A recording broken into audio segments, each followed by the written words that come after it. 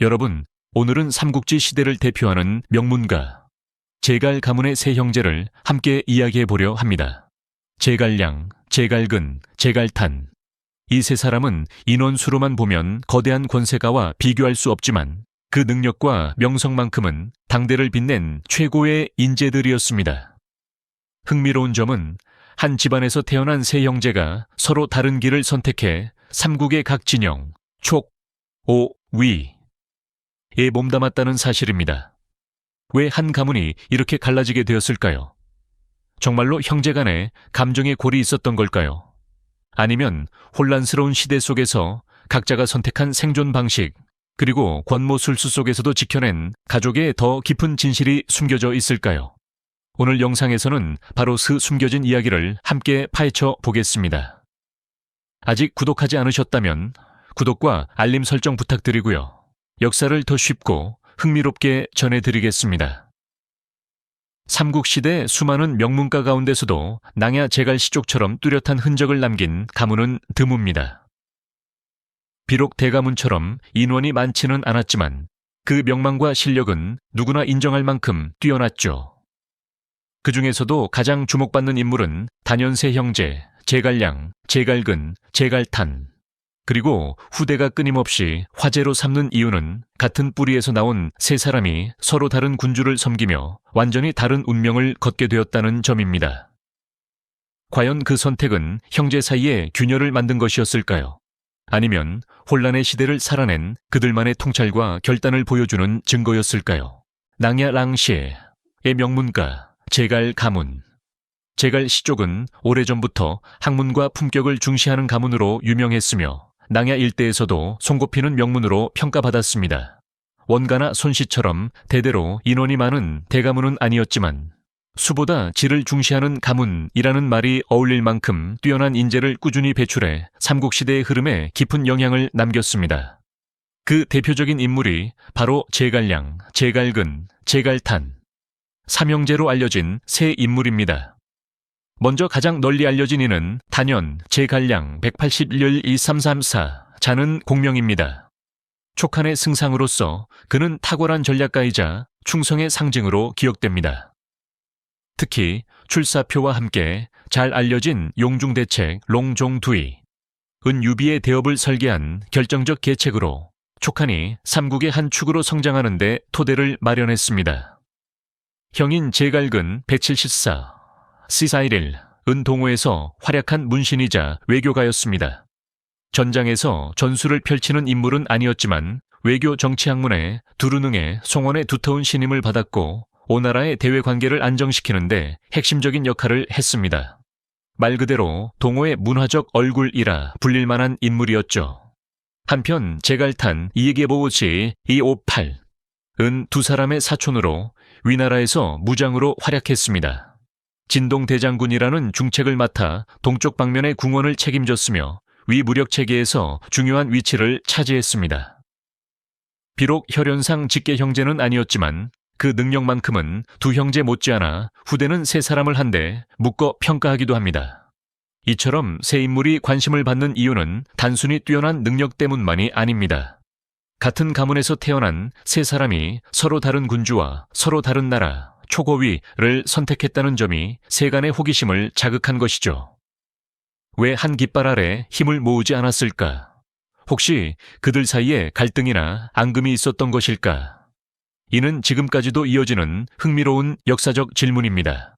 하지만 대부분의 학자와 사료에서는 이런 선택이 시대적 혼란 속에서 각자가 현실적으로 선택한 길이었다고 설명합니다. 또 한 사람, 잘 알려지지 않은 인물로 제갈균이 있습니다.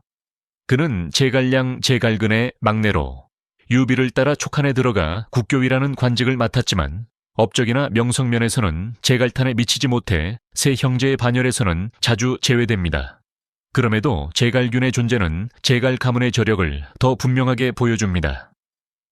덜 알려진 인물조차도 국가 운영에 참여할 정도로 제갈 가문의 인재층이 얼마나 두터웠는지를 보여주는 사례이기 때문입니다. 삼국시대 민간에서는 이 세 사람을 두고 용호구 옐롱후고라는 별칭을 붙였습니다. 용롱, 은 지략과 기계를 상징하는 제갈량 호시우. 는 문무겸전한 위상을 갖춘 제갈근 구고. 는 제갈탄을 가리키는데 현대인의 감각으로는 다소 부정적으로 들릴 수 있지만 당시의 의미는 전혀 달랐습니다. 구라는 표현은 사마천의 사기에서 나온 고사로 실전에서 공을 세우는 사냥개의 역할을 높이 평가하는 표현이었습니다.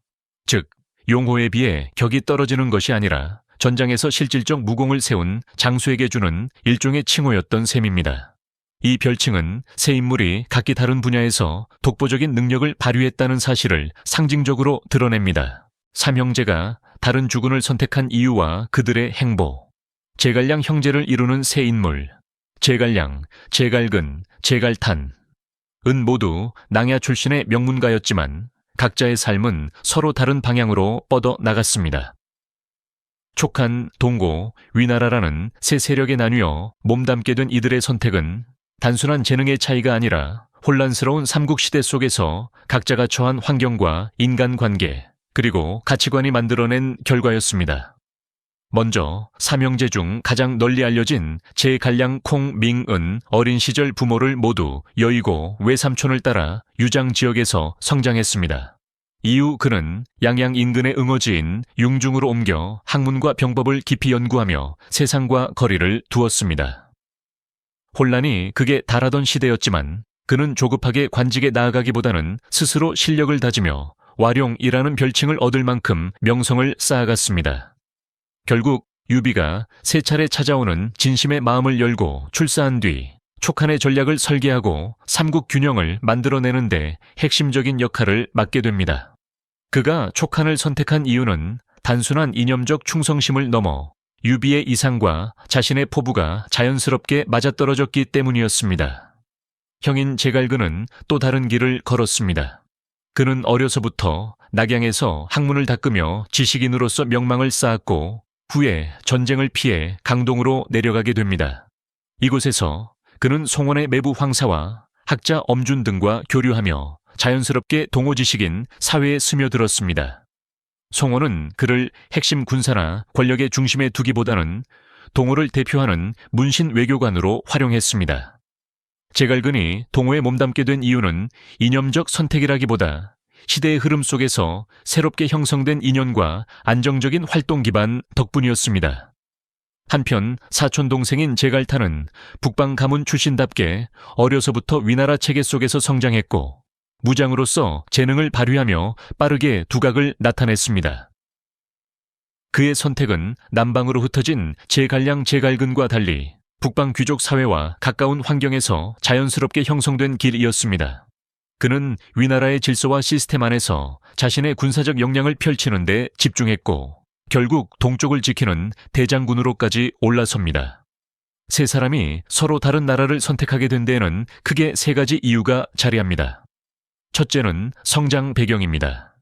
제갈량은 응어와 독학의 시간이 길었고 제갈근은 지식인 교류가 활발한 낙양과 강동을 경험했으며 제갈탄은 위나라의 북방 귀족 사회에서 성장했습니다.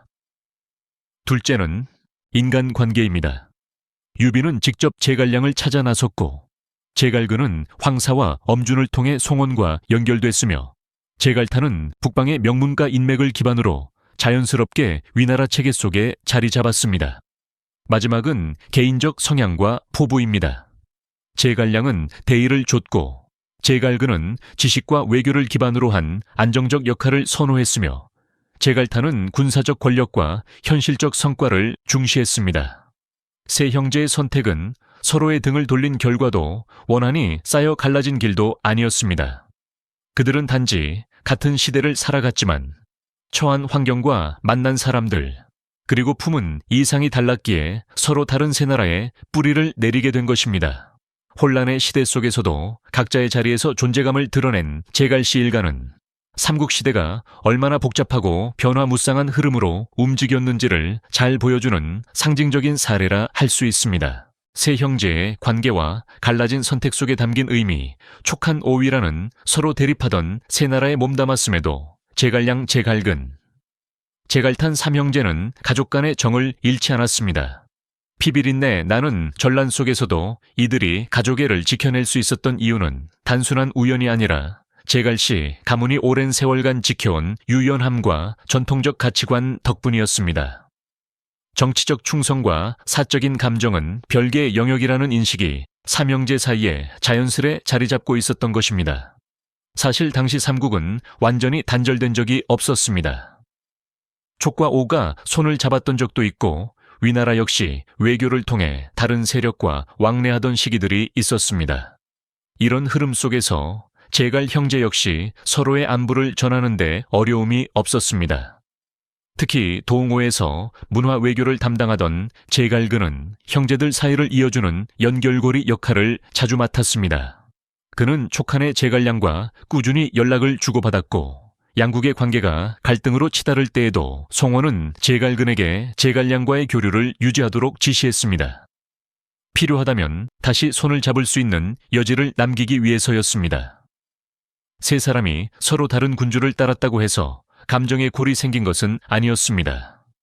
제갈량은 한실 부흥이라는 이상을 좇았지만 오나 위를 개인적 적대로 여기지 않았고 제갈근은 오의 외교관으로서도 개인적 감정은 배제한 채 형제와 소통했습니다.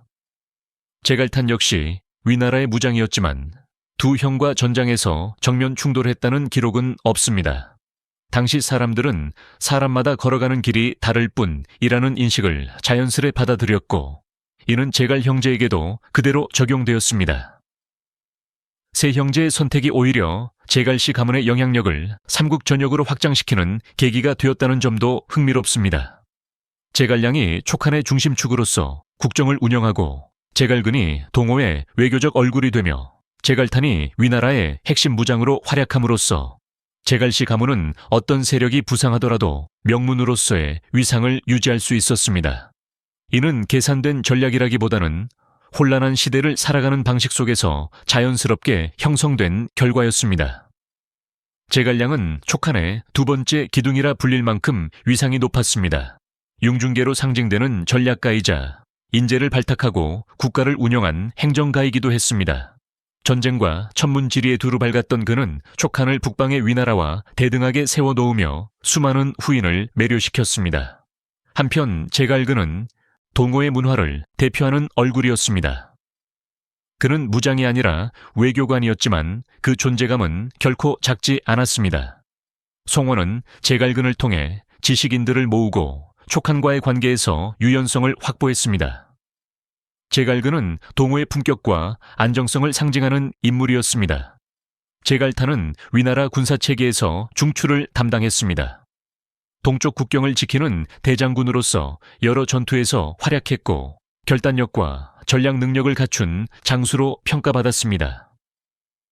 장료나 악진과 같은 유명 장수들과 견주어도 손색이 없을 만큼 그는 위나라의 군사적 안정에 크게 기여했습니다. 이처럼 삼형제는 모사, 외교, 무장이라는 서로 다른 역할로 세 나라에 자리 잡아 삼국 전체를 아우르는 영향력을 형성했습니다. 만약 모두 한 나라에 속했다면 서로 경쟁하거나 능력을 펼칠 공간이 좁아졌을지 모릅니다. 그러나 각자의 길을 걸은 덕분에 모두가 적합한 환경에서 최고의 실력을 발휘할 수 있었고 제갈씨, 가문의 명성 역시 시대를 넘어 이어졌습니다. 결국 세 형제는 다른 깃발 아래 섰지만 마음은 갈라지지 않았습니다. 시대가 요구한 다른 선택을 했을 뿐 그 차이는 오히려 서로의 가치를 더 빛나게 만들었습니다. 그들의 삶은 혼란한 시대 속에서도 관계와 명예를 지켜낸 지혜의 상징으로 남아 있습니다. 여러분은 어떻게 생각하시나요? 제갈 형제는 서로 다른 나라에서 활약했기에 더 큰 업적을 남길 수 있었을까요? 아니면 한 곳에 모였다면 또 다른 역사가 펼쳐졌을까요? 여러분의 의견을 댓글로 나눠주세요.